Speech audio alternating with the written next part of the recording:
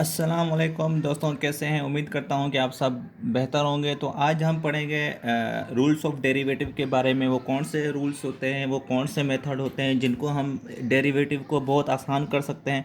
जैसे हमने पहले फर्स्ट प्रिंसिपल यानी कि यूज़ करके आए थे, तो वो एक बहुत बड़ा मेथड था, लेकिन क्योंकि उन लोगों ने कहा था कि आप लोग फर्स्ट प्रिंसिपल लगा के यूज़ करें, तो इस वजह से हमने वो यूज़ किया। अब सबसे पहले हम पढ़ेंगे रूल्स ऑफ डेरिवेटिव के बारे में कि रूल्स ऑफ डेरिवेटिव हमारे पास है कौन कौन से। तो दोस्तों, सबसे पहले मेरे पास जो रूल्स ऑफ डेरिवेटिव आ रहा है वो सबसे पहले आ रहा है पावर रूल। ठीक है। अब पावर रूल क्या कहता है कि किसी भी अगर एक्सप्रेशन के ऊपर यानी कि कोई पावर है, तो उस पावर को मैं किस तरह डेरिवेटिव करूँगा। जैसे मेरे पास एग्जांपल के तौर पे मैं लेता हूँ एक एग्जांपल लेता हूँ कि x की पावर n। ठीक है दोस्तों, अगर मेरे पास ऐसा कोई यानी कि एक्सप्रेशन आ जाता है जिसका मुझे लेना है डेरिवेटिव, तो डेरिवेटिव लेने का जो इसका आसान तरीका है, जो पावर रूल कहता है, वो पावर रूल ये कहता है कि अगर मैं इसको डेरिवेटिव डिफ्रेंशिएट करता हूँ विथ रिस्पेक्ट टू x की पावर n, तो दोस्तों पावर रूल ये कहता है कि जो हमारा n है, n को हम क्या करेंगे, बेस में ले आएंगे, यानी कि n और जो x है, और इसमें से n को हम माइनस कर देंगे 1। ठीक है। और अगर x का मैं डेरिवेटिव लेता हूँ तो वो मेरे पास आ जाता है 1। ठीक है दोस्तों, ये मेरे पास एक बहुत आसान तरीका है। यानी कि किसी भी एक्सप्रेशन का अगर n टर्म मुझे, यानी कि n टर्म मुझे गिवन है, जैसे n टर्म का मतलब ये है कि 2 भी गिवन हो सकता है, 4 भी गिवन हो सकता है, 8 भी गिवन हो सकता है, तो वो उससे जो है ना हम इसको बहुत आसान तरीके से पावर रूल के ज़रिए से कर सकते हैं।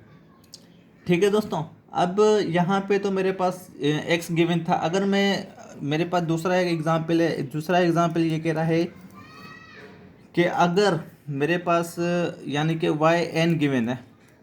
ठीक है। क्योंकि ये मैंने एक्स के रिस्पेक्ट से किया था, इस वजह से इसका डेरिवेटिव 1 आ गया था। अब मुझे वाई को डेरिवेट करना है विथ रिस्पेक्ट टू एक्स, तो उसका पावर रूल क्या होगा। तो दोस्तों सेम देखें, जब भी हम किसी चीज़ का डेरिवेटिव लेते हैं with respect to x, x के लिहाज से वो 1 हो जाता है, बाकी वाई के लिहाज से वो क्या हो जाता है, कांस्टेंट हो जाता है, वाई एजिटिव रहता है हमारे पास। तो दोस्तों अब देखें, वाई के लिहाज से मुझे डेरिवेटिव लेना है, तो मैं क्या करूँगा, सबसे पहले पावर को मुझे बेस में ले आना है। ठीक है, वाई n-1। अब मुझे y का डेरिवेटिव लेना है, y का डेरिवेटिव लेना है, तो मेरे पास ये आ जाएगा dy/dx। ठीक है दोस्तों, समझ में आ गया कि हमने यहाँ पे क्या किया है।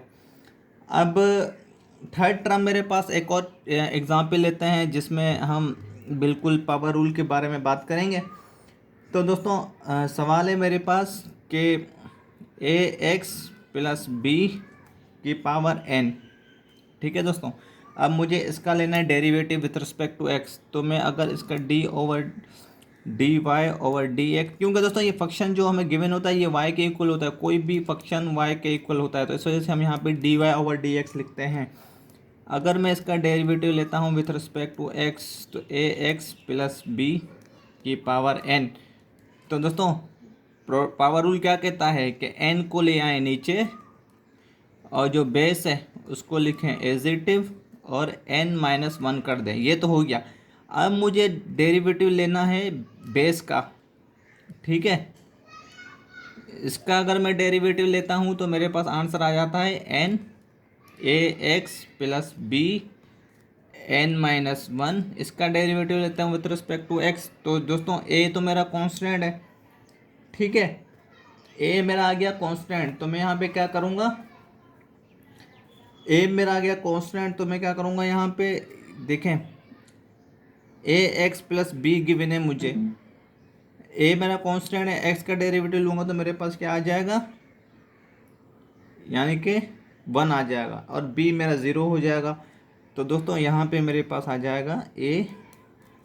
ठीक है, ये आ गया, a आ गया मेरे पास। ठीक है दोस्तों, यहाँ तक समझ में आ गया कि हमने यहाँ पे क्या किया है।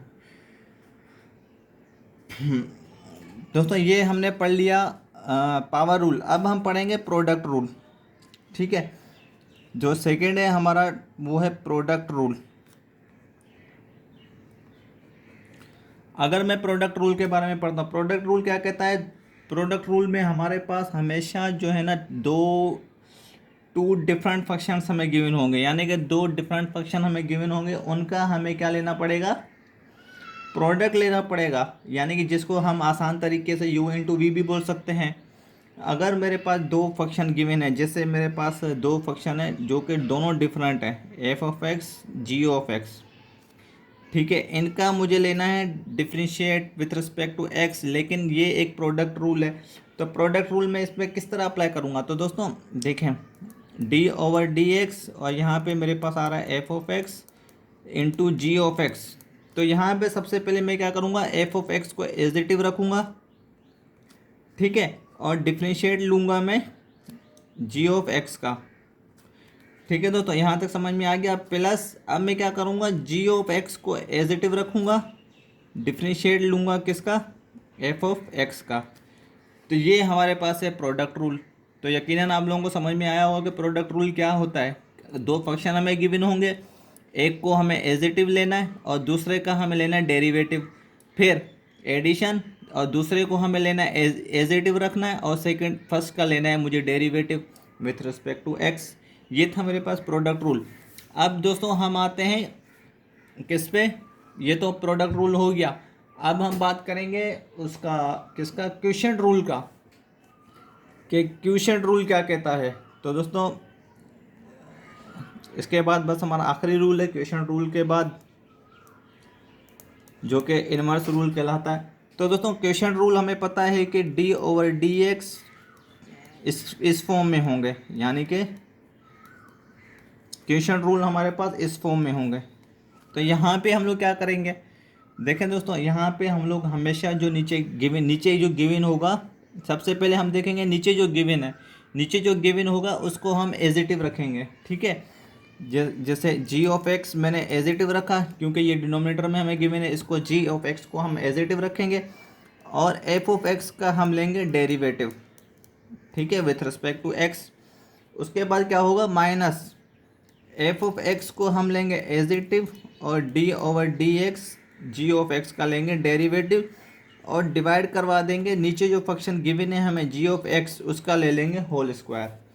ठीक है दोस्तों, यहाँ तक समझ में आ गया कि हम लोग क्या कहना चाह रहे हैं और हमें क्या प्रूव करना है क्वोशिएंट रूल में हमें, यानी कि एक फंक्शन जो है ना हमें डिवीजन के फॉर्म में गिवन होंगे, f of x divided by g of x. तो उसका जो रूल है वो ये है कि जो नीचे गिवन है उसको एजिटिव और एफ ऑफ एक्स का derivative minus F of x को एजिटिव रखना है, जी ऑफ एक्स का डेरिवेटिव लेना है, और जी ऑफ एक्स स्क्वायर एजिटिव नीचे यानी कि स्क्वायर में। उसके बाद दोस्तों जो एक और रूल हमें गिवन है जो है रेसिप्रोकल रूल,